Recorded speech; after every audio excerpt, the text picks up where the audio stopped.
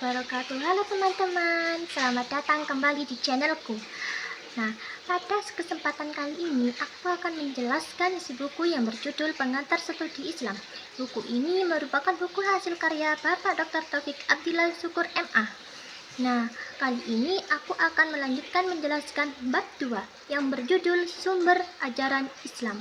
Untuk jelasnya, simak videonya dengan baik ya. A. Pengertian sumber ajaran Islam.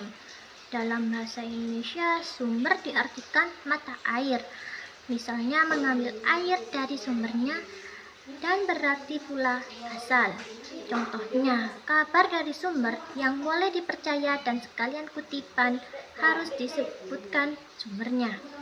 Sedangkan dalam bahasa Arab, sumber tersebut masdar yang jamaknya mashadir, yang artinya titik pola, sumber asli, dan asli.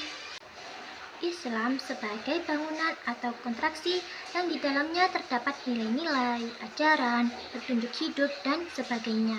Membutuhkan sumber darinya dapat diambil bahan-bahan yang diperlukan guna mengkonstruksi ajaran Islam tersebut.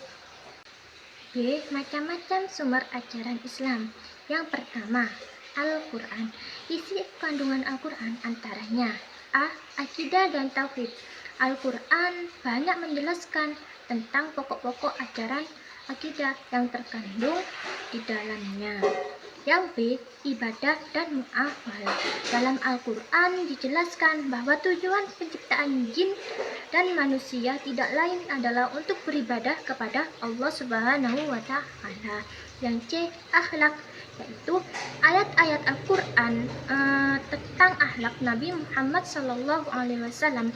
Salah satunya dalam Quran surat Al-Ahzab ayat 21. D. Hukum. Beberapa ayat Al-Quran berisi ketentuan hukum, salah satunya surat An-Nisa ayat 105. Yang E. Sejarah atau kisah umat masa lalu. Al-Quran sebagai kitab suci umat Islam yang banyak menjelaskan tentang sejarah atau kisah umat pada masa lalu. Sejarah atau kisah bukan hanya sekedar cerita dongeng semata, akan tetapi untuk menjadi ibrah. Ibrah itu pelajaran bagi umat Islam. Yang D. Dasar-dasar ilmu pengetahuan dan teknologi. Nah, banyak ayat yang memberikan isyarat-isyarat ilmu pengetahuan dan teknologi yang bersifat potensi untuk dapat dikembangkan guna kemaslahatan dan kesejahteraan hidup manusia. 2. Al-Sunnah. Al-Sunnah itu sendiri secara etimologi adalah jalan yang ditempuh, sedangkan secara terminologi adalah segala sesuatu yang bersumber dari Nabi Muhammad SAW, baik itu berupa perkataan, perbuatan, dan pernyataan. Yang ketiga yaitu al-ra'yu.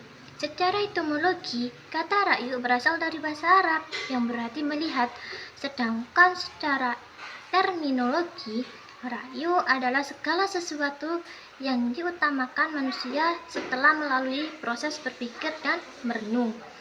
Al-ra'yu dipakai apabila ada suatu masalah yang hukumnya tidak terdapat di dalam Al-Quran maupun hadis. Baiklah, itulah penjelasan bab 2 yang dapat saya jelaskan. Apabila ada kekurangan kata atau penjelasan yang kurang jelas, saya mohon maaf yang sebesar-besarnya. Wallahul muwaffiq ila aqwamit thoriq. Assalamualaikum warahmatullahi wabarakatuh.